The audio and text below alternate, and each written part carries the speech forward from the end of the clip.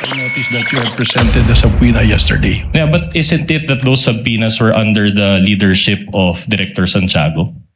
Well, as to the investigation of at that time, it was already been the subject of a resolution pending before the Department of Justice. So in other words, insofar as the alleged threats to the President, there is an ongoing investigation. But in terms of the alleged threats against the Vice President, there's no ongoing investigation. Because there is a big difference, Your Honor. Okay. How about Princess Maui, for example, from the November 23 press con? Was she subpoenaed under your leadership? Ask No. and answered question, Your Honor. This is the first time about Princess Maui, Your Honor. Your Honor, it has been asked already during the cross. No, the ground is correct. Asked and answered, meaning the witness already answered, no, he did not. All right. So may proceed.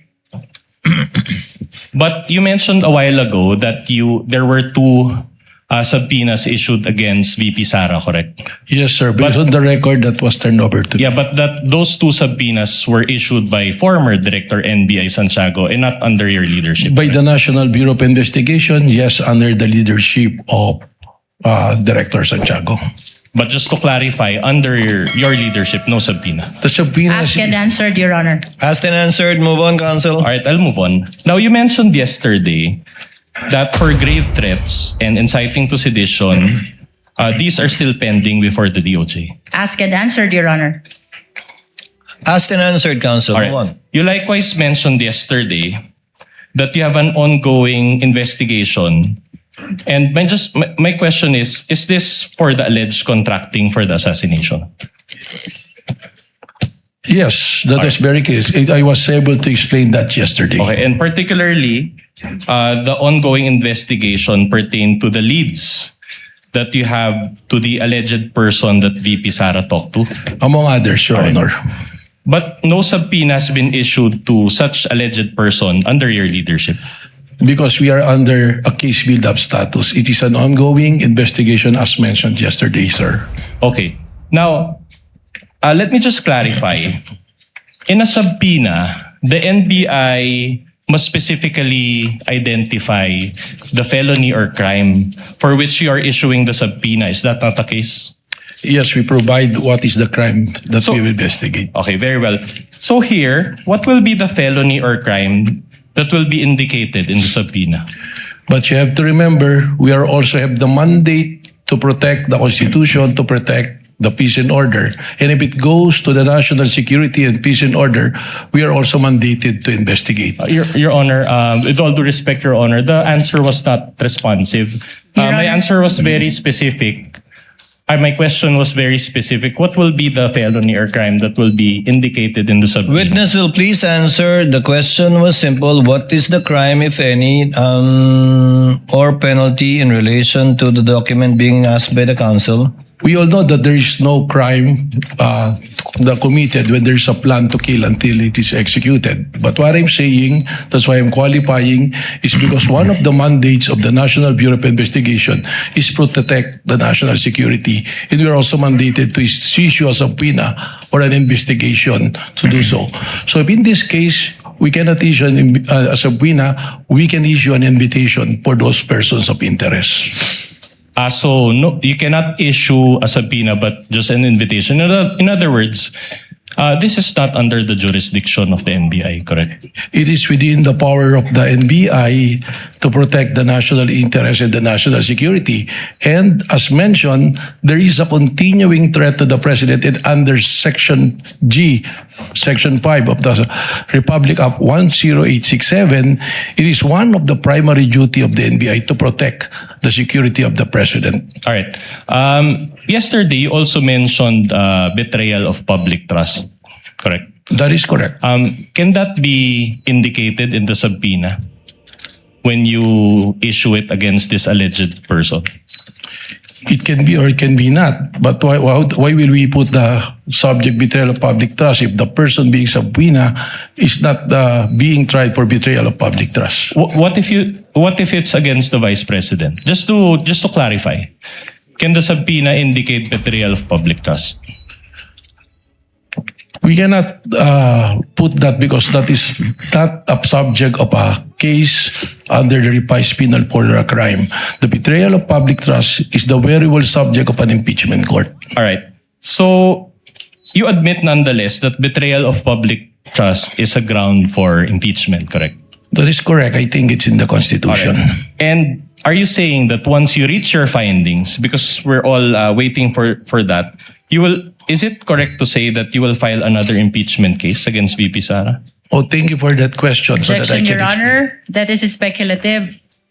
I think the witness is competent enough, and in fact, thank the counsel for his question. I'm interested to hear what the witness will also answer.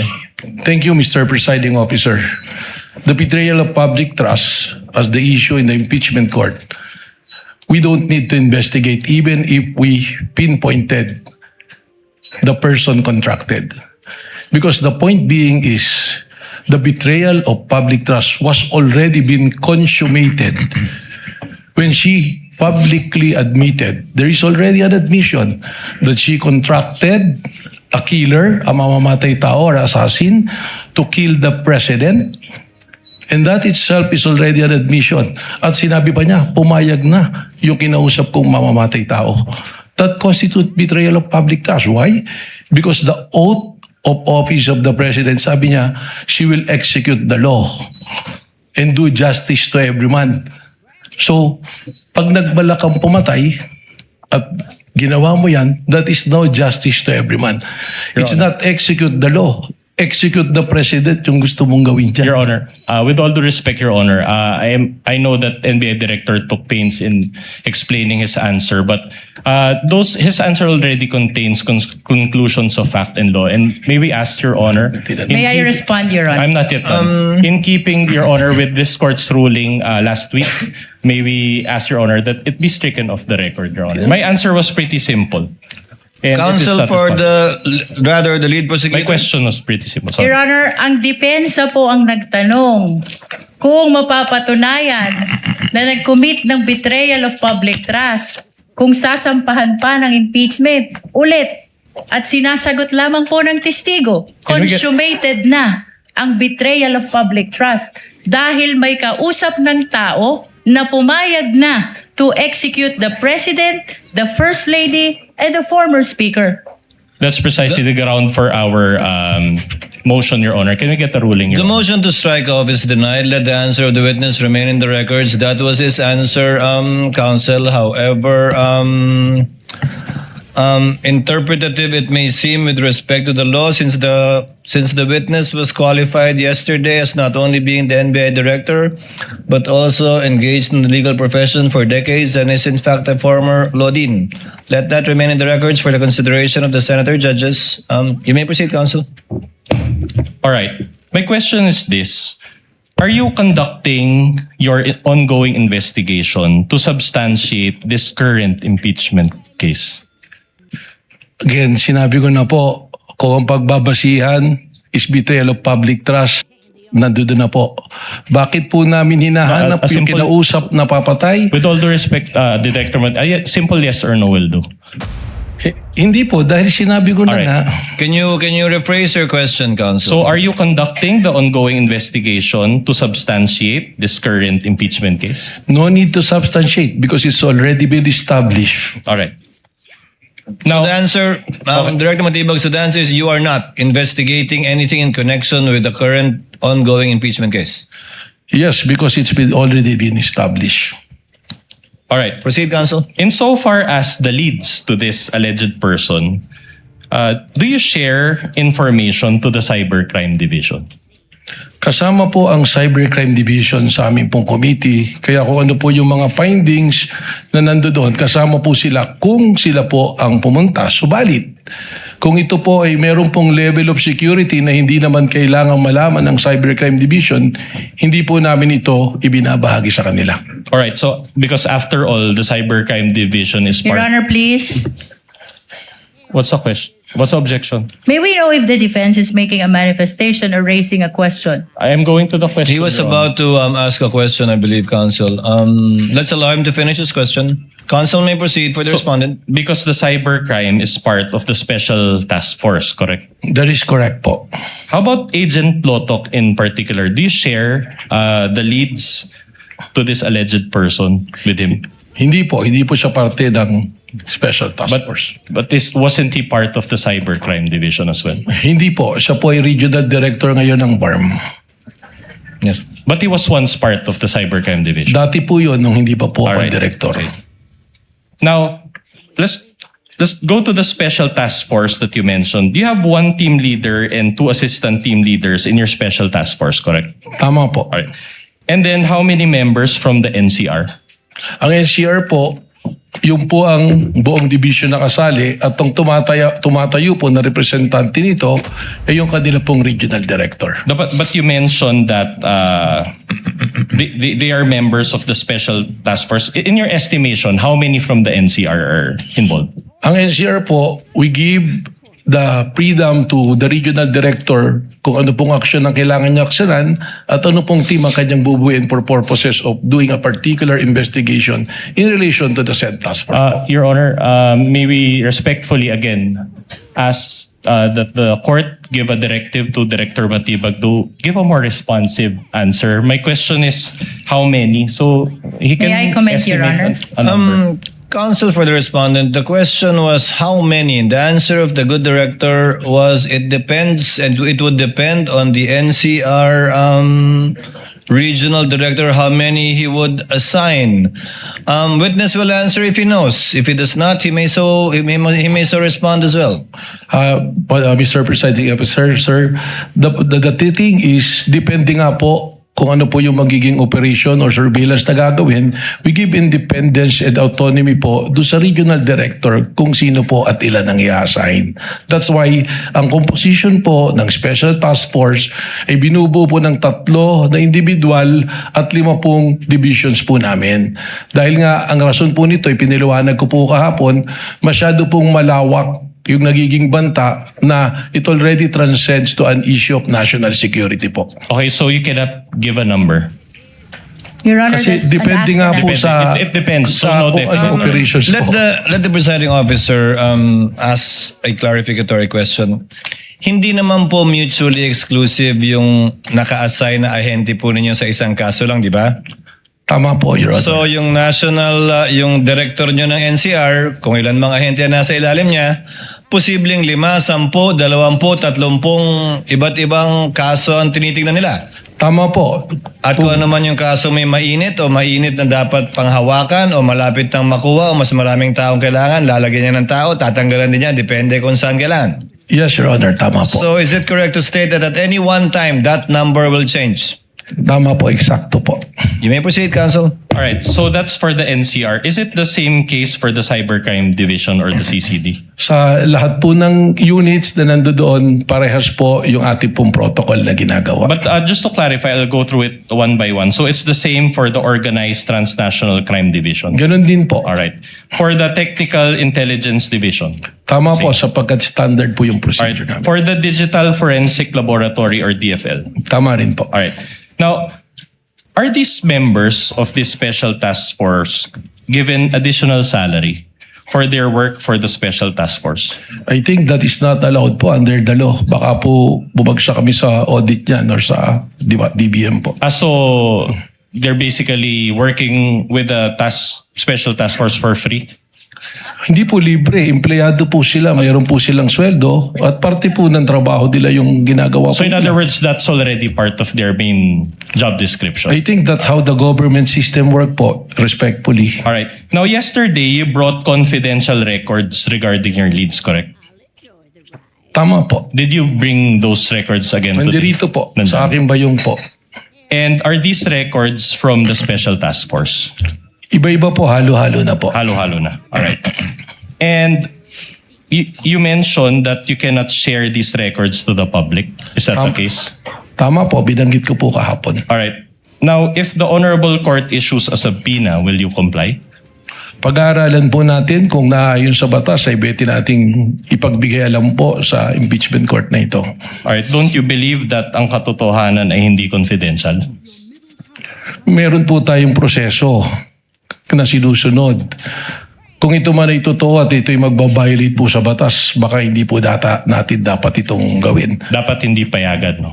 Hindi po sir, hindi dapat payagan. I think sa linya po ng inyong Objection, Your katanungan. Honor. The question is already argumentative. I'll just move on to a new point. Anyway, during the time of Director Santiago, and let me lay the basis, no? Around 15 months, they didn't identify the alleged person that VP Sara talked to. And based on your testimony yesterday, it will take 3 to 6 months, even more, for this special task force to come up with definite findings as to the identity of this alleged person, correct? Sinabi ko po 3 to 6 months, hindi po even more. Okay, we'll just check the transcript for that. But at any rate, will this task force continue to exist and operate until you finally identify this alleged person, or does it have a time limit?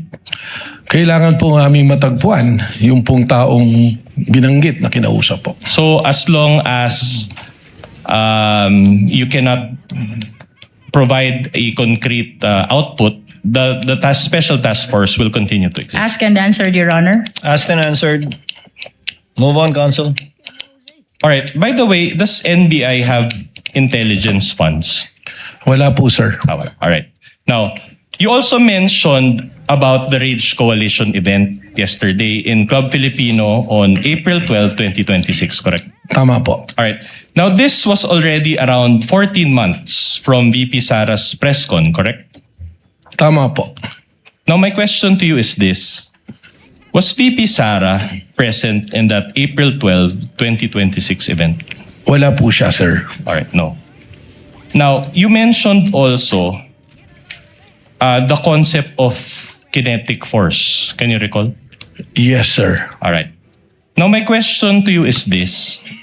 Despite the lapse of 14 months and the absence of VP Sara in that event, you still concluded that this event was still part of what you call kinetic force. Is that the case?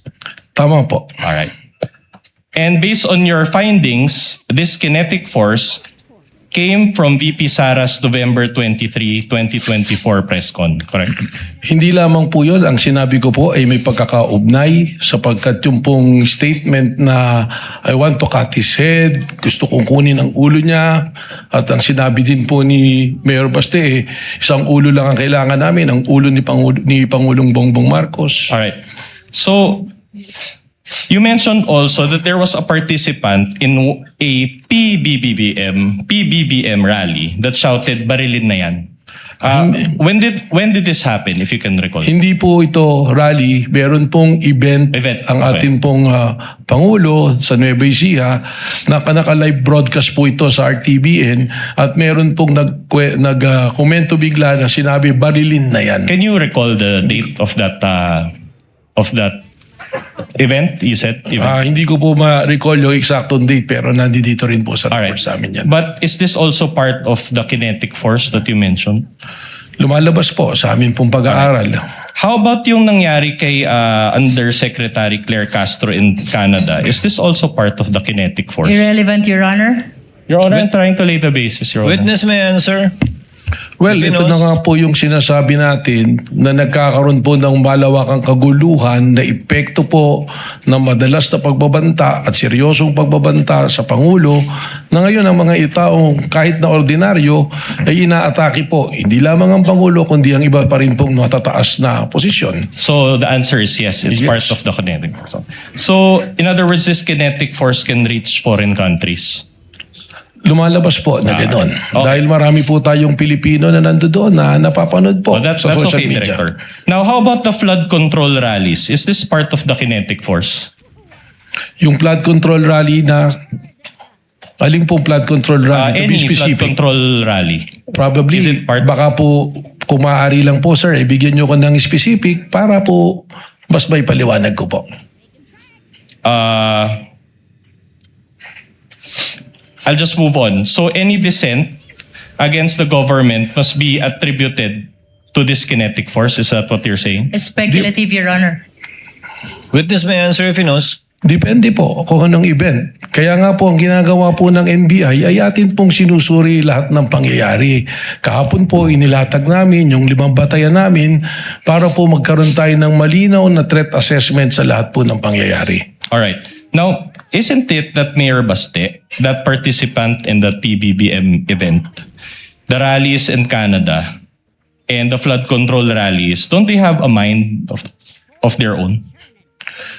Your Honor, we are objecting on the Your ground Honor. of vague. Kindly clarify the question. Your Honor, the witnesses... Kindly reform, counsel. I also did not quite get the question. Kindly reform, counsel. So are you saying that these people that I mentioned, they cannot act independently and are compelled by the kinetic force that you mentioned? That is Sino pong mga speculative, Your tao? Honor. Mayor Baste, the participant in the PBBM rally, the rallies in Canada, and the flood control rallies. Una po, there's no PBBM rally. No, sorry, PBBM event. Sorry, I stand PBBM corrected. event, yung sa Canada. Tsaka, yun nga po, alin po bang flood control? Babalik ko lang po doon, pasensya na po sir, para po mas makontextualize po nating mabuti.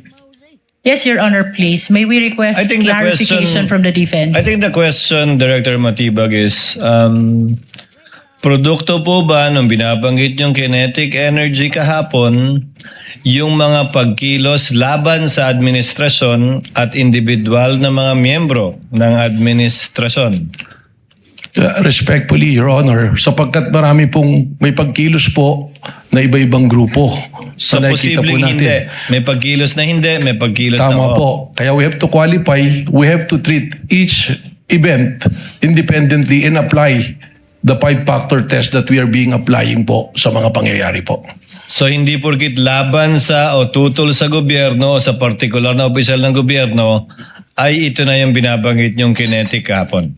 Tama po, Your Honor. Counsel may proceed. All right, my question is this. Is this kinetic force still active today or has it stopped? Malinaw po, may mga pangyayari pa rin po. And should we really stop this kinetic force or just allow it until 2028? Hindi ko po, pakiulit po. Anyway, I'll withdraw that question. Just move on to a different question. Is this kinetic force a legal concept?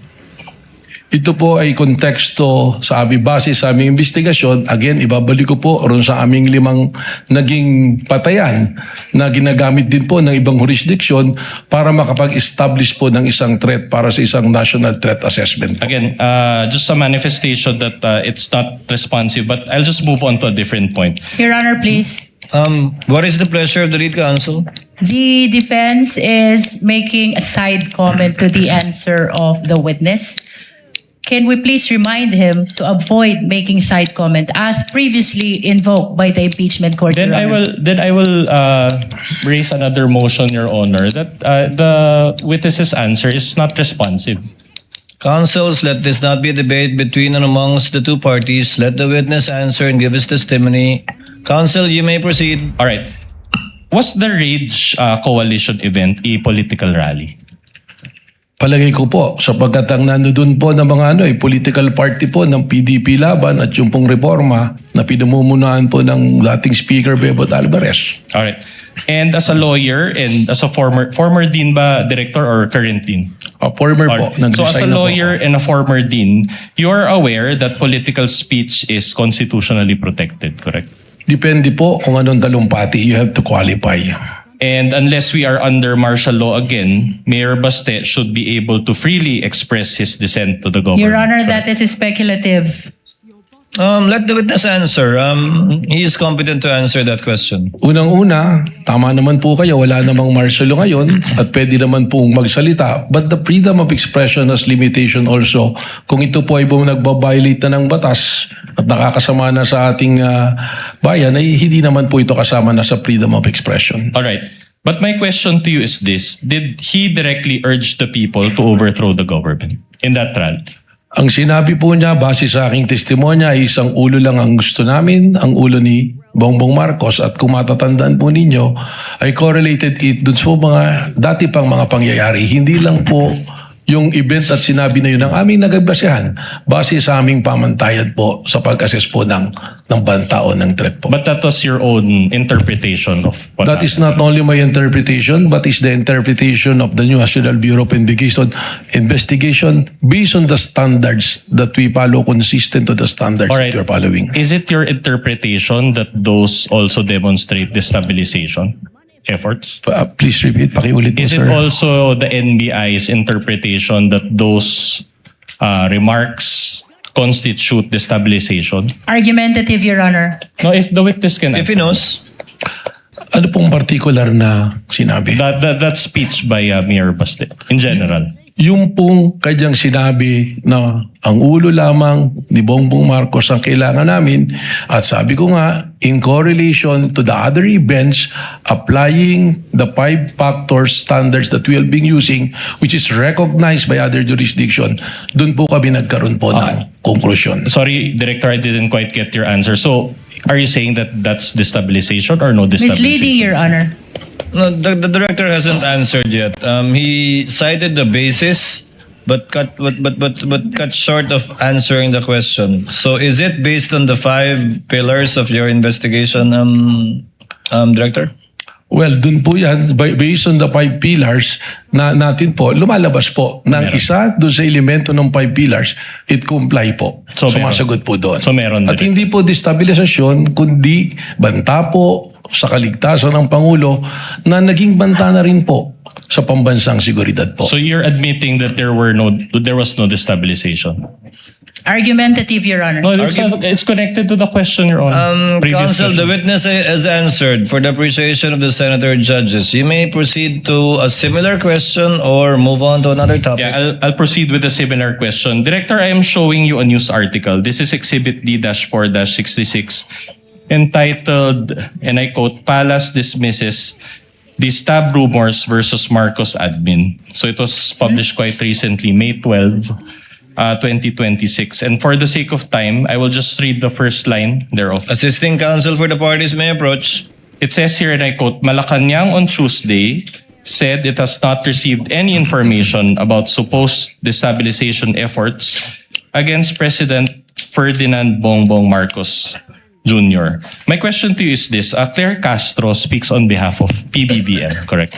Being the spokesperson, tama po, sir. And based on her statement in this news article, there has been no destabilization efforts against PBBM, at least as of this date. Correct? Well, baka po dapat tingnan natin yung buong konteksto because under a security cluster, may pinag-uusapan po dyan. Maaaring ang tinitingnan niya na walang destabilization, there is no destabilization from the rank of men in uniforms. So hindi po natin masasabi na yun na yung kabuuan talaga. All right.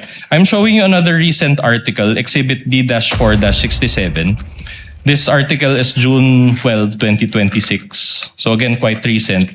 And again, for the purpose of time, I'll just read the title. It says, Sara Duterte, I won't grab Marcos's position. My question to you is this. Isn't this news article also consistent with no destabilization efforts that Claire Castro previously mentioned? Base po sa aking binabasa, baka mas maganda po si Vice President Sara Duterte makasagot dito because she's speaking of a state of mind. Sa isip po niya yan eh. But if you know, you Your Honor, may I comment? What is the comment of the lead prosecutor? The witness never said that there is destabilization. As a matter of fact, what he said during the earlier question is threat to the life of the president amounts to threat to national security. Now he is being asked about these pictures concerning the stab. This is misleading, Your Honor. asked and answered. The observation of the lead prosecutor is noted. It is not an objection, counsel. Proceed, counsel All right. for respondent. Now, yesterday, you identified an unsigned and unnotarized document which allegedly pertains to an affidavit of Arturo Las Cañas. Correct? Yes, sir. All right. Now, if you know, is this the same Las Cañas who appeared before the Senate in 2016 and 2017? Yes, sir. Okay. So, in fact, this is the same Las Cañas who was charged by the Senate panel led by then Senator and still Senator Panfilo Lacson with a recommendation for perjury. Is he not? Hindi ko po nabalitaan yung kung sinarge siya ng perjury. But if it's on record, then the answer will be yes. All right. Well, he was, or maybe we can confirm it later with Senator Judge Lacson. And this perjury was committed during a Senate committee hearing, if you know only. Well, siguro po doon natin na lang ilagay doon sa affidavit po na nabasa ko. No, the May I only comment, question Your is Honor? the May I perjury, if you know only, that the perjury that was recommended for charging Your Las Honor? Cañas. I have no personal I'm not yet done, Your Honor. I think Your Honor, the witness is incompetent to answer that If question. he knows, Counsel, I asked think the Your Honor. witness already said that he's not aware of it, but that if it is on the record, then most likely it is true. That was the response of the witness earlier. All right, I'll just move on to a new point. Now, allow me to read a statement of Senator Lacson, and then I'll ask questions thereafter. May we request, Your Honor, that the witness be confronted with a document if I think the defense is reading from a document? Yes, Your Honor. We will provide The the hard guidance of the copy. witness, Your Honor. We will provide the hard copy, and then we'll also show the soft copy on the screen, Your Honor. Assisting counsel is authorized to approach All right. I will read. from both parties. I will read and I quote Senator Lacson. Ang may papayo ko lamang kay SPO3 Las Cañas, kung ang layunin ng inyong quote-unquote extrajudicial confession ay mapanagot sa ilalim ng batas si Pangulong Rodrigo Duterte at iba pang personalidad, marapat lamang na maliban sa inyong salaysay, may maipakita ka pang bukod at ibang ebidensya. Kung wala, ay maaaring masayang lamang ang oras ng mga tao dito dahil baka walang kahihinatnan ang isinasagawa nating pagdinig sa araw na ito laban sa sino mang mga taong idinadawit mo. Are you aware of this statement by Senator Lacson against Las Cañas? Ngayon po, nabasa po. You're aware nabasa now. ko po. Alright, at any rate, you mentioned yesterday that you did an open source investigation to obtain the Las Cañas document, correct? That is correct po, sir. But to be candid, was it just Google search? Hindi po. Are you at liberty to disclose what method you used in that open source investigation? We were provided, dito po nagsimula yan, we got hold of a copy of the affidavit of Arturo Las Cañas.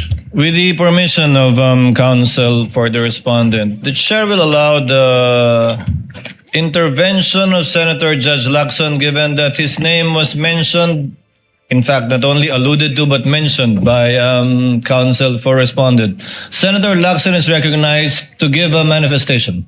Thank you for allowing me to interject. Maski hindi naayos sa unan yung pahayag kanina. Kasi ang worry ko, pag inupuraw ako doon, interpolate ako ni Senator Lapid.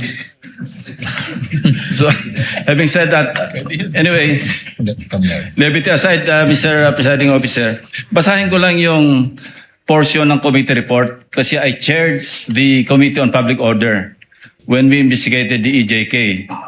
And indeed, I will confirm that Arturo Las Cañas retracted and changed his testimony. No? After several hearings, nag-retract siya.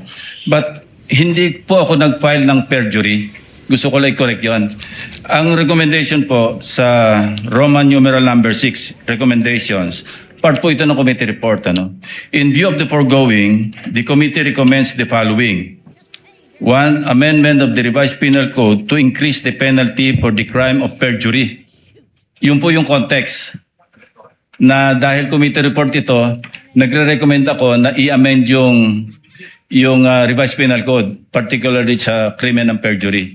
Pero gusto ko lang i-correct na hindi ako nag-file ng perjury. Thank you. for that The clarification. manifestation is noted. Counsel for the respondent may proceed. But you're at liberty to disclose who searched for that Las Cañas document.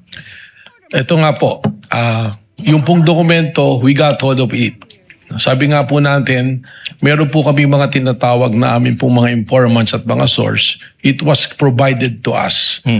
Nung ibinigay po sa amin to, hindi naman po ibig sabihin ay amin kaagad itong paniniwalaan. At tama po kayo. That's okay. I can ask subsequent questions regarding to that. So actually, my question is, after you had obtained this document, did you subpoena Las Cañas to verify the contents of those documents? Hindi po, sapagkat he is nowhere to be found. That's enough. So without verification, you decided to believe the contents of the document that you obtained? Again, ibabalik ko po ron sa 5 nating factors. Isinama lamang namin po ito, isa dun sa mga factors na sinasabi po natin, yung pattern of violence na tinatawag. At doon po, doon sa paragraph 270, sinasabi nga po na may kinalaman sa extrajudicial killing si dating Mayor Sara Duterte at in fact, sabi pa nga niya, huwag nyo nang barilin, kidnapin nyo na lang. Pero bago po kami dumating doon sa punto na gamitin yun, tingnan na po namin yan. Alright. Sorry to interrupt you. So the short answer to my question is yes. Pakiulit po yung Alright. tanong ninyo. The question is, did you decide to believe the contents of the document without verifying it with Las Cañas? Yun nga po yung sagot po. Opo, hindi Yes. kaagad. Kaya po ikinikwento ko nga kung paano po namin nagamit yun. Alright. So hindi po kaagad namin pinaniwalaan. Okay. Your Honor, may I just manifest that the defense is actually misleading already the witness. He kept on raising the question, did you believe right away? When as a matter of fact, the witness is Your explaining. Honor, I never meant sorry. Counsel, with all due kindly respect. let the lead prosecutor finish. The witness has been saying that he did a lot of things after receiving the affidavit of Las Cañas, to the extent of going over the 5 factors that he testified to yesterday. But after that first question, so that means yes. The defense said yes to his question, did you believe to that right away, to that affidavit? The position of the witness, Your Honor, is no. Short Because- rejoinder, Your Honor. Actually, asked and and answered. Asked and answered by the witness. That is his response, counsel for respondent, to your question. Yeah. Move on, counsel. Yes, Your Honor. We are satisfied with that answer. But another follow-up question. So without verifying it, sorry. That's misleading, Your Honor. Allow him Mr. to finish the Yeah, question, counsel. just on What is the the point- pleasure of Senator Judge Cayetano? Just on your ruling, may be clarified because the question was, pinaniniwalaan mo ba? Ang sagot niya, hindi ka agad. So counsel was asking for yes or no. I just want to be clarified.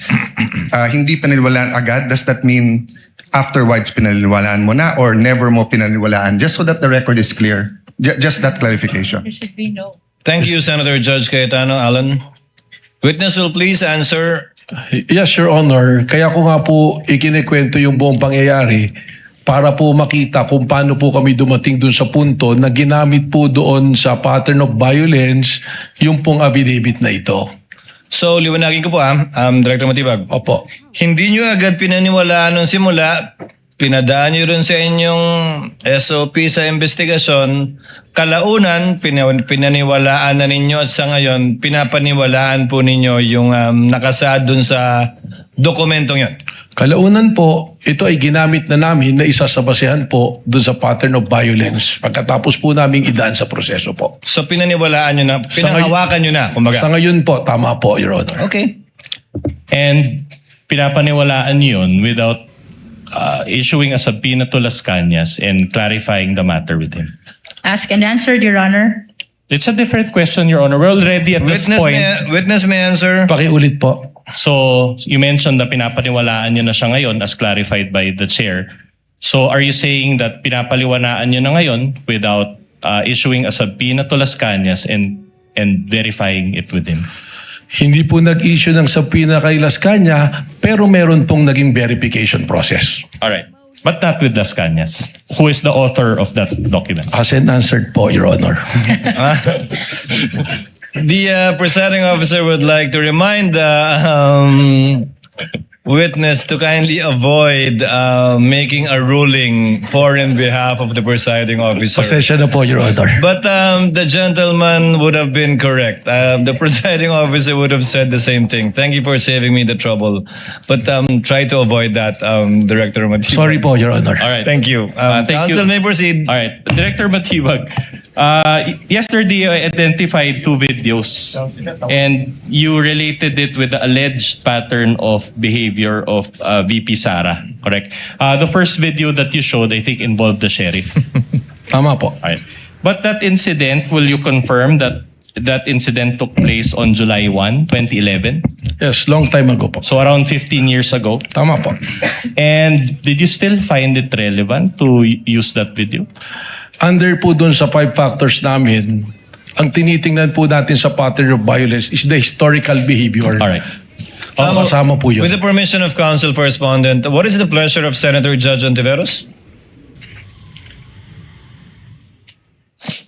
If I may, Mr. Presiding Officer, before the defense moves on to a next question, just to ask a follow-up question of the previous topic. On this matter, On the matter of the Las Cañas affidavit, Mr. the Presiding lady Officer. may proceed with that question on Las Cañas only. Salamat po, Mr. Presiding Officer. Follow-up question, Mr. Witness. According to your testimony yesterday, you reviewed Arturo Las Cañas' affidavit as part of the larger investigation concerning the Vice President's capacity to carry out the alleged threat. Sa pagkakaalam po ninyo, Director, at batay din sa larger investigation na iyon, sinagot po ba ng Vice Presidente sa anumang paraan yung mga alegasyon sa affidavit na yon ni Las Cañas? Your Honor, marami po kasi kaming, yun nga po yung gusto kong ipaliwanag, marami po kasi kaming mga i-consider na tinatawag natin po na open source intel. Yan na po yung mga news, mga report. At nung tinitingnan po namin yan, si Arturo Las Cañas, meron pa po siyang lumabas na balita noon nung isinumite niya itong affidavit na to sa ICC. At maalala ko po, meron din po lumabas sa balita na mismong si Vice President Sara Duterte, parang sinasabi po niya roon na hindi ko kailangan ng DDS para gumawa ng kayang gawin ng DDS. Something to that effect po. Na-consider po namin lahat po yan. Sa sinabi di umano ni Vice President, sinabi niya hindi niya kailangan ang DDS para gawin ang Yung kayang gawin ng DDS. Something ng like that po. DDS. Opo. Hindi ko po eksaktong ma-recall yung phrase na pagkakasabi po. Salamat, Mr. Witness. I may return to that point later. The lady today, may do Mr. so after Presiding Officer. the Salamat po. cross, redirect, and recross. When she avails for time, counsel for respondent may proceed. All right, let's go back to the sheriff incident.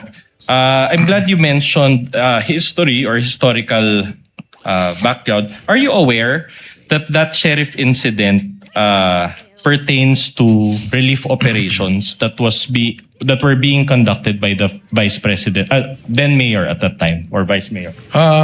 Ang pagkakaalam ko po doon sa balita na yun, itong sheriff na to is trying to enforce a valid order from a legitimate court. Demolition order po ito na ayaw ipatuloy po ng then mayor and now vice president. So, Alright. I might not be aware of a relief operation. Baka po ipaliwanag po sa akin. Are you aware? I'll just ask you if you're aware. Are you aware that it involved a flash flood? This incident happened after a flash flood in that particular community. Hindi po lumabas siya If sa you know, balita. if you know. All right. I have no knowledge of that. Are you aware that VP Sara asked that sheriff for an extension of 2 hours just to help the victims? Yung po yung lumabas sa All balita. right. And this sheriff and the demolition that you mentioned involved the demolition of informal settlers in that area.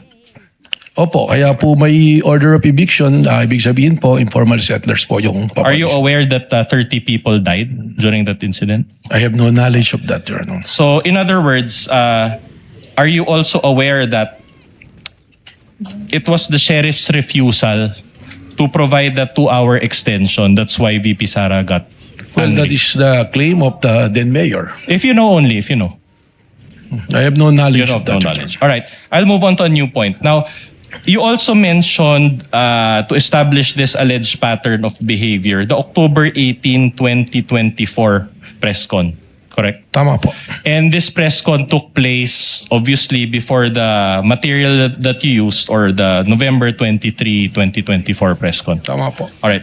I'm showing you a video Your Honor will just show one video. It's around 1 minute. This is Exhibit D-4-53, and the USB is separately marked as D-4-47. And then I'll ask you questions after that. Kindly play the video. The tech through the clerk of court is so directed.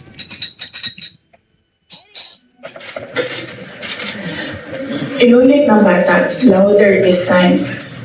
Mr. President, can I have your watch as a graduation gift? Ang sagot niya. Why? Why will I give you my watch? At that point,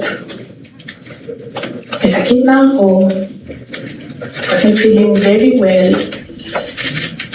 Nandun lang ako, nakakatayo ako dun kasi may gamot ako. Gusto ko tanggalin yung ulo niya ba?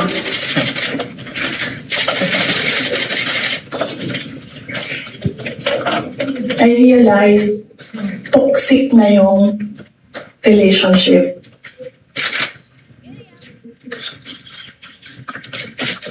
And it did not help na itong dalawang katabi ko, tumawa pa.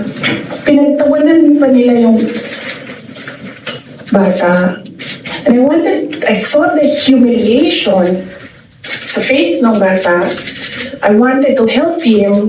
Gusto ko sabihin sa kanya, itong relo ko na lang, relo ito ng Vice President, ito relo ng Presidente, pero I hope this will do. And then I realized na baka mas lalong mapahiya yung bata if I do that. So I just imagined myself cutting his head.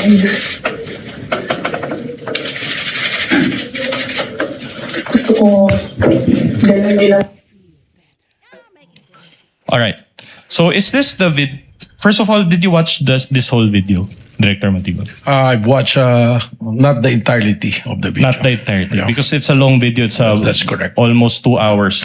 But my question to you is this: is this the video where you based your finding that VP Sara said, gusto kong tanggalin ang ulo niya, imagine cutting his head off? Is this the one?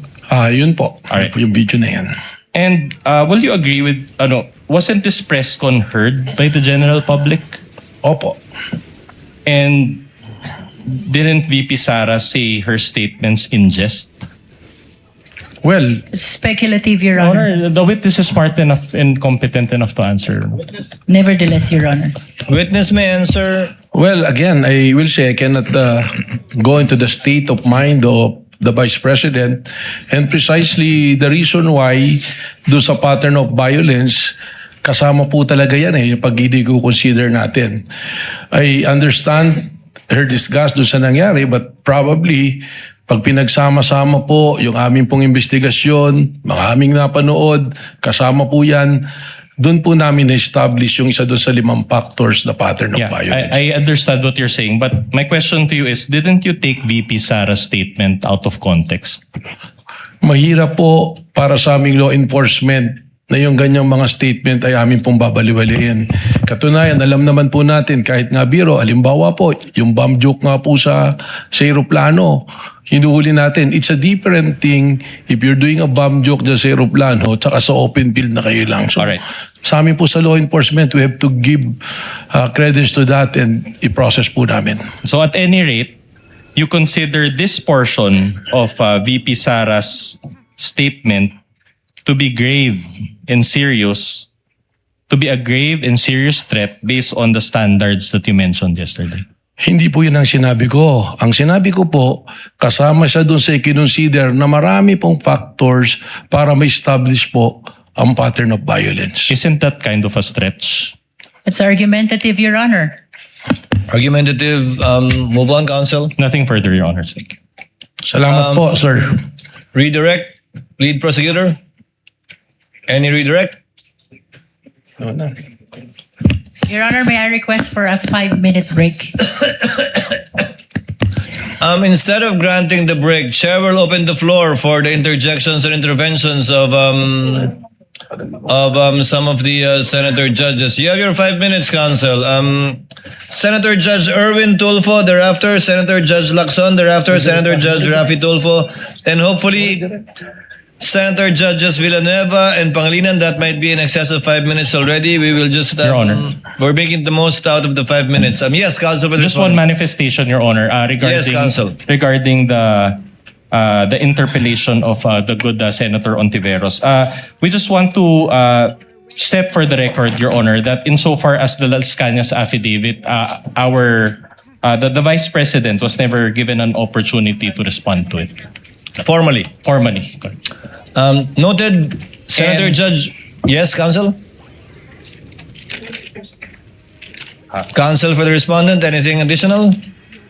And the VP was also not made to answer to the what's it? And it was not part of the impeachment complaint, Your Honor. For the record. Noted. Noted. Senator Judge Erwin Tulfo, you have 2 minutes, sir. Thank you, Mr. Presiding Officer. Sa ating pong testigo, kahapon po nabanggit ho ninyo na meron na po kayong persons of interest na umanay kinausap na po ng VP Vice President Sara Duterte para patayin umano ang Pangulo, First Lady at former Speaker of the House. Ang tanong ko po, paano pala ho ninyo ito natalisod o natunto ng impormasyong ito? Gayong sa kanya pong press con, wala naman pong siyang sinabi kung sino mga taong ito. Sinabi niya lang na may kinausap na ho siya. How did you find out? Ganito po yan, sa lahat naman po ng kaso na hinahawakan po ng National Bureau of Investigation para po maging successful yung aming pag-iimbestiga, ay nagre-rely po kami sa iba't ibang intelligence report. Yung nga po may tinatawag tayong open source intel, human intelligence, and we also use tools to monitor things.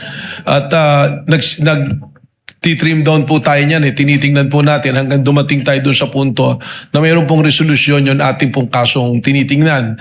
With regards to po sa persons of interest, yung prosesong din yan po ang ating pong sinundan. Okay.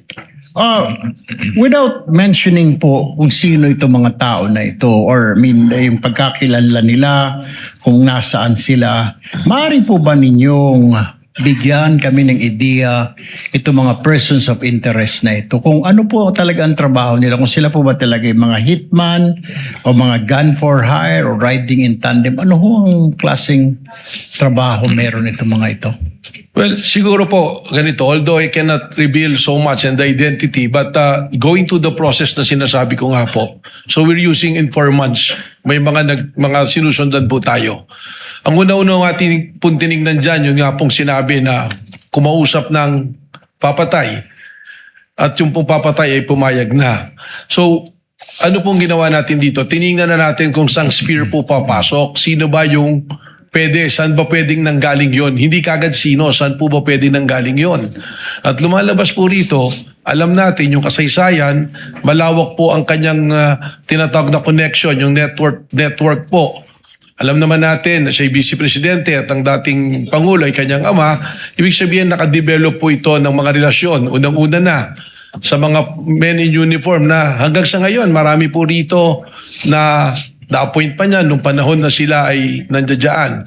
Nandiyan din po, binanggit ko yung Vice President Sara sa security group at yung pong mga double death squad. So tinignan po natin at tinignan by process of elimination yung mga tao po na maaaring dun nang galing or maaaring nakakaalam. And by process of elimination, nag-start po kami maraming individuals hanggang sa matrim down po namin ng matrim down hanggang sa ngayon. Kaya sinabi ko po kahapon sa kagalang-galang sa katanungan ng ating Senate President po, gaano ba katagal pa to? And I said, we have great progress. Dahil lang simula po kami sa marami ngayon na trim down na po namin sa iilan na personalidad po. Okay, pangalawa sa huling katanungan ko po, Ginoong Testigo, ay ito pong threat na ito po hanggang ngayon ay continuing threat po ito or pwedeng i-execute anytime ng mga sinasabi ninyong persons of interest? Yun na po yung atin pong pangamba na nakikita. Because hindi po natin nakukuha. Sigurado po tayo na may kinausap at pumayag, subalit yung pagkakakilanlan ng taong kinausap ay hindi pa rin po natin nakukuha. So ibig sabihin po, yung threat po na ito sa Pangulo is a continuing and active threat po and serious. So yun po yung gusto nating i-address dito. Panguling katanungan na lamang, Mr. Witness, naimpormahan na po ba ang Pangulo at ang kanyang PSG para alam ho nilang kanilang gagawin at hindi po sila malingat sa kanilang seguridad? Meron po kaming tuloy-tuloy na pakikipag-ugnayan sa ating sa palasyo po. I will not mention who exactly yung mga kausap po namin doon, but there's always continuing threat assessment po na ginagawa po kami. Thank you, Mr. Witness. Presiding Officer, thank you. Thank you, Senator Judge Erwin Tulfo. Senator Judge Lacson. Thereafter, we will recognize first, with the indulgence of Senator Judge Rafi Tulfo, the lead prosecutor for her manifestation. As I understand, she asked for time for a huddle to determine whether she will still conduct redirect. So, Senator Judge Lacson is recognized. You have 2 minutes, sir. Thank you, Sir Presiding Officer. Follow-up lang ito doon sa mga points raised by Senator Judge Rafi Tulfo kahapon relating to 3 similar cases. Ronald Mas, Mayor Baste Duterte, saka VP Sara.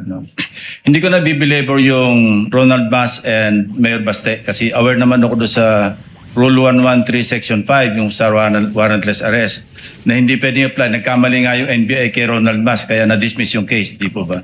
But I'm more interested in the cases of Mayor Baste at saka kay VP Sara. Kasi almost similar yung kanilang mga sinabi, pero I'm just wondering why you did not investigate Mayor Baste, pero si Mayor Sara, hindi lang kayo nag-investigate, nag-repair pa kayo ng complaint sa DOJ, hindi po ba? Yan po yung amin pong ginawang investigasyon ay doon na po sa threat na sinasabi namin na pangkalawakan. Yung dito po kay Mayor Baste, kaya hindi po natin na inimbestigahan, isinasama po namin dito sa task force na ito to come out with the report eventually. But we have coordination also po with other agencies. Yes. So walang ongoing law enforcement investigation against Mayor Baste? Kasama po dito sa ano po namin sa special task force po. Yung bang special task force, and this was this was also raised by the presiding officer nung nasa lounge kami kanina, na-form ba ito in relation to or in reference to the case of Mayor Baste o kay Vice President Sara? Yung pong trigger point na nangyari dito ay yung pong kay Mayor Baste po. But prior to that, we are continually monitoring the threat. Kasama po sa aming pag-uusap yan. In fact, yung pong aming reporting ng records as early as nung nag-assume po ako ng February, mga first week pa lang po ng March, kasama na po sa reporting yung mga threat assessment. But nung napansin po namin na itong rage rally na to can escalate to a bigger threat to the national security, dun po namin ipinasok ito. So mas ang ginamit nyo yung kay Mayor Baste as an open source kesa sa mag-file kayo ng criminal complaint against Mayor Baste? Ganun po yung naging process namin dito. But eventually, we have an agreement within us that if we can establish that the elements for grave threat will be there, we will be contemplating also on filing a grave threat and inciting to sedition as well. Pero halos pareho Kaya iniisip ko, baka meron double standard. Bakit kayo nag-focus kay Vice President pero hindi nyo in-apply kay Mayor Baste? Halos pareho sinabi nila na maliwanag naman, bukod doon sa January 2026, na ulit pa ng April 12, di ba? Na sinabing Romanov, threat against the first family, nasundan pa ng pupugot, ang kailangan lang namin yung ulo. So pero kay Vice President, halos ganun din Pero bakit inimbestigahan nyo kay Vice President Sara at na-refer nyo na sa DOJ for PI, pero yung kay Mayor Baste parang unlevel na sa law enforcement investigation pa rin?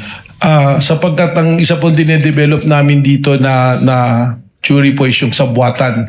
And alam po natin, if we go to court using the theory of conspiracy, medyo mas mahirap po na ipasok na kaso. Kaya it taking much time to develop the case po. May request for additional time, Mr. Presiding Officer. Punta lang ko kay Las Cañas. Opo. Okay. Yung kay Las Cañas, ginamit nyo yung kanyang affidavit na sinabit sa ICC. Tama po. Parang pang-open source. Tama Not for po, sir. anything, di ba? Not for anything po. So yes, walang sir. evidentiary value ito? Yun po ay ang basehan namin, kaya po namin iprinisinta. Isa po sa naging basehan namin dun po sa, isa nga dun sa 5 standards po natin na pattern of violence po. Pero wala kayong intention na kung magpapile kayo ng kaso, isasubmit yung affidavit niya na sinabit sa ICC. As a matter of preference lang po for the purposes of establishing the pattern of violence. But to directly papanagutin po sa isang krimen or what, sa palagay ko po baka po hindi ito tatanggapin ng korte po. Yeah, kasi kung open source, hindi nga tatanggapin ng korte. Tama po. Kasi kung open source, kung nag-extend pa kayo and expand nyo yung open source information gathering, dapat sana nireview nyo rin yung aming committee hearing dito. No? Yung na-mention kanina ng defense na initially, deny talaga si Arturo Las Cañas tungkol sa DDS, EJK, etc. Eventually, nag-retract siya talagang 180 degrees. No? Sinabi niya, totoo yung EJK. Hindi ba dapat part din yun ng open source information gathering ninyo? Tama po. Actually, nung binasa po namin yung affidavit, may isang paragraph doon na nagtukoy nga dyan na nag-testify as binawi. Ang sinundan na po namin dito, at naalala ko po, meron kasing new report do sa 24 oras after ng pre-trial po sa ICC. Nagkaroon po ng interview kay Las Canas kung saan sinasabi niya yung affidavit na ginawa niya na isinabit sa ICC. At nung kinukumpara po namin doon sa sinasabi niya, lumalabas na yun po. Pangatlo na po yun. So, Alam nyo, iba yung affidavit niya, yung kanyang testimony sa Public Order and Legal Drugs Committee, which as I said earlier, I chaired. No? Kaya alam ko yung familiar ako. Then after that, nag-retract siya. Talagang complete turnaround. Tama po. So I even consulted a retired justice na kaibigan ko, ano bang mas patimbang dito? Ang sabi niya, talagang jurisprudence, yung original na statement, ang mananaig, kesa doon sa parang binaligtad na statement. Which I also agreed. Ang point ko lang is, bakit parang namili lang kayo ng open source? tiningnan po Kung namin. tinignan nyo yung sa ICC na sabit na pagkahaba-haba, sa akin nga po sinabi kanina, pangatlo na po yung magkaibang affidavits ni Arturo Las Cañas. May nauna, may pangalawa, pangatlo na po itong pinapakita sa screen kahapon. Tama po, and we are also aware dun sa pagbali-baliktad, but on the news that I was mentioning po, Your Honor, mismong sinabi niya, pipirmahan yung affidavit, at sinabi po niya, this is 186 pages. So nang tinitingnan po namin, yung statement na yan, tumugma, at pangalawa, it's been the subject already of an ICC, it's being used as an evidence, at least there is a legitimate court that looking into it, which it was considered na ibig sabihin, tinanggap po ng isang lehitimo na korte po. Yeah, I'm not trying to put you on the spot. I'm just trying to be fair, no? Apo. Kasi gusto ko talagang maliwanagan para pagdating ng takdang oras, alam ko yung aking boto. Tama Maraming po. salamat po. Salamat Thank po. you, Senator Judge Lacson. Before the chair recognizes Senator Judge Rafi Tulfo, Senator Judge Aquino, and Senator Judge Padilla, Chair will not... Sorry, I forgot about you, Senator Judge Pangilinan, before Senator Judge Bam. Chair would like to call on the lead prosecutor again. Thank you for the sequence. Thank you, Yes, Your Honor. what is the pleasure of the lead prosecutor? Shall you conduct redirect? Your Honor, the prosecution believes that we have sufficiently established that the threat to the President constitutes Objection, Your Honor. threat to the national Again, security. Your Honor, inconsistent. Counsel, you are once again reminded to kindly avoid Yes, Your Honor. conclusions of law. The question was simple, so I guess you will not conduct any further redirect. Nonetheless, Your Honor, there are some manifestations that I would like to make. As long as these are not conclusions of fact and law, Counsel, as Yes, you have Your been reminded and guided accordingly. You may proceed. It is the position, Your Honor, of the prosecution that we have established Objection, already. Your Honor. Again, this is a conclusion of fact and law, Your Honor. Counsel, the counsel for respondent is correct. I will give the same limitation to whatever manifestations he will make in this regard. Let me do it for you. I guess you're not conducting any redirect anymore because you're I have another satisfied manifestation, Your Honor. and you're contented with the testimony given by the witness you presented. What is your second manifestation? Nais ko Prosecutor? lamang pong liwanagin, Your Honor, kaugnay ng affidavit ni Arturo Las Cañas. Ito po ay ipresenta ng prosecution bilang bahagi ng testimonya ng witness, kagaya na po ng sinabi ng presiding officer ng 3 ulit, pinayagang ipresenta ang affidavit ni Las Cañas bilang bahagi ng testimonya at bilang bahagi ng naging investigation ng Special Task Force ng National Bureau of Investigation. It was never claimed by the prosecution that this affidavit is notarized. Kailanman po ay hindi sinabi ng prosecution na notarized ang dokumentong ito. Ito po'y ipresenta bilang bahagi lamang ng testimonya ng witness at bilang bahagi din ng investigation ng NBI. To conclude, Your Honor. Short rejoinder on that, Your Honor. The lead prosecutor is not yet finished. To conclude, Your Honor, the prosecution finds it unnecessary. Objection, Your Honor. Same ground. Allow the lead prosecutor to finish. The prosecution finds it unnecessary to conduct redirect examination. Thank you, counsel. Duly noted.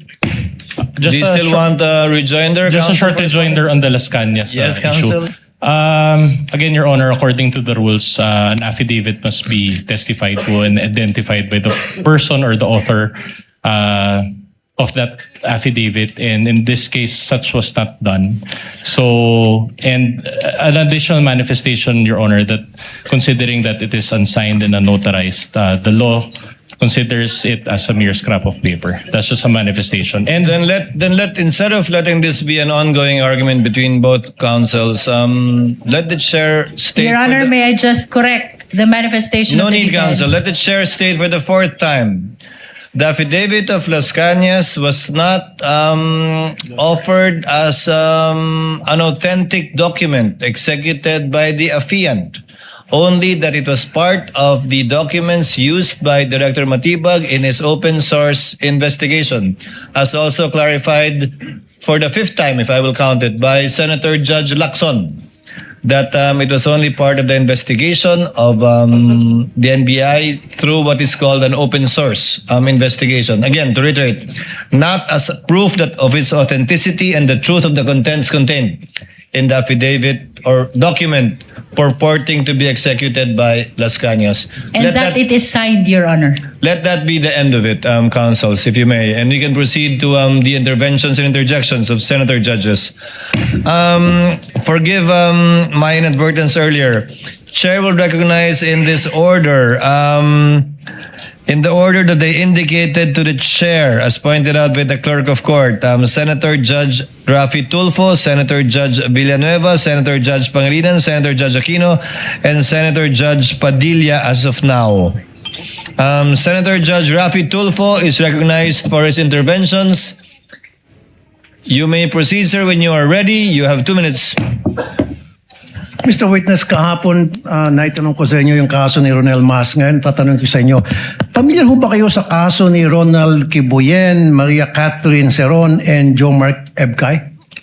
Narinig ko po sila.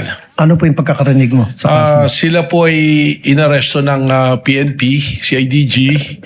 Yung isa po sa, I think it's an Osamis dahil meron siyang nagsabi na patayin si dating Pangulong Duterte at nag-offer ng 100 million na reward. Yung naman pong ubayan sa Boracay ata, may offer din. I'm not mistaken, 150 million po yata na reward.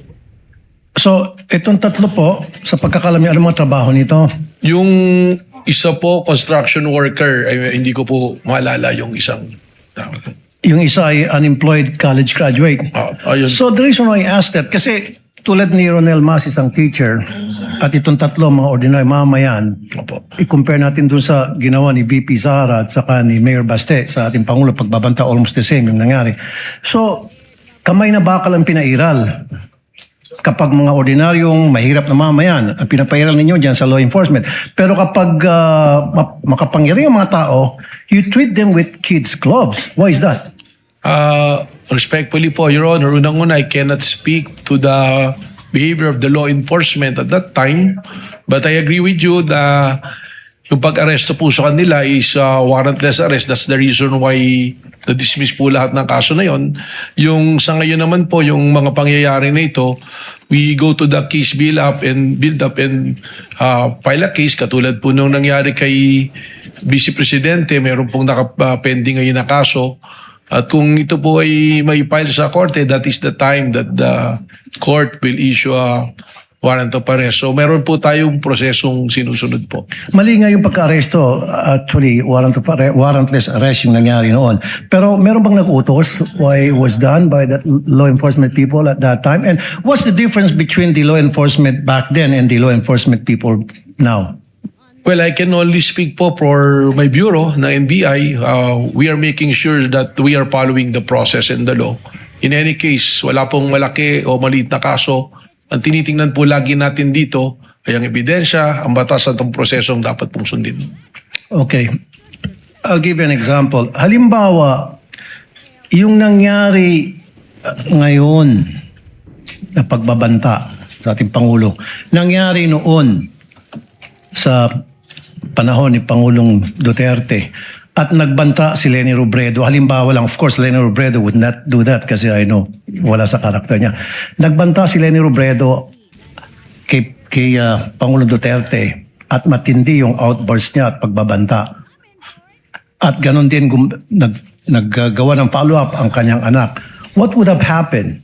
Sa tingin niyo ba, possible na merong gagawang pag-aaresto si PRD tulad ng ginawang pag-aaresto doon sa mga teachers, sa teacher, construction worker, at unemployed college graduate? Well, respectfully, it's calling for an opinion but siguro meron po akong pwedeng pagbasihan. Base na rin po sa inyong sinasabi na construction worker, teacher ay inaresto dahil sa banta. Posible po. May possibility na baka arestuhin po kaagad ang Vice Presidente noon. Thank you, Mr. Witness. Thank you, Senator Judge Rafi Tulfo. Senator Judge Villanueva may proceed with his interjection when he's ready. You have 2 minutes, sir. Thank you, Presiding Officer, Mr. President. Just two quick questions to our dear witness. Your Honor, malaking bahagi po, Director Matibag, nung sa talakayan dito sa korte at ng buong sambayanan, whether or not natukoy na ba yung sinasabing alleged tinutukoy ng pangalawang Pangulo doon po sa kanyang video. At binanggit niyo po na may inaasahan po kayong development sa loob ng 3 hanggang 6 na buwan. Maaari po ba niyong